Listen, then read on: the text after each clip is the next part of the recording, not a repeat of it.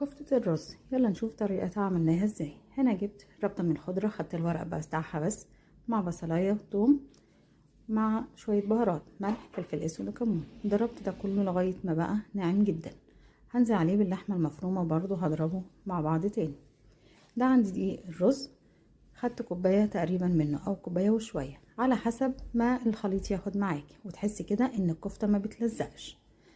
اهي ما شاء الله جميلة جدا. احاول وانا بصبع الكفتة ان اخليها طويلة علشان بتكش لما بتتقلي.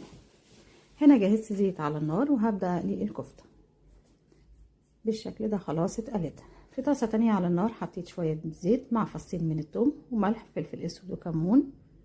بعد كده هنزل بعصير طماطم صافية كويس مع معلقة من الصلصة، واقلب ده كله لغاية ما يغلي كده كام غلوة مع بعض. بعد كده هحط الكفتة وغلوة واحدة على النار وبألف هنا وشفا.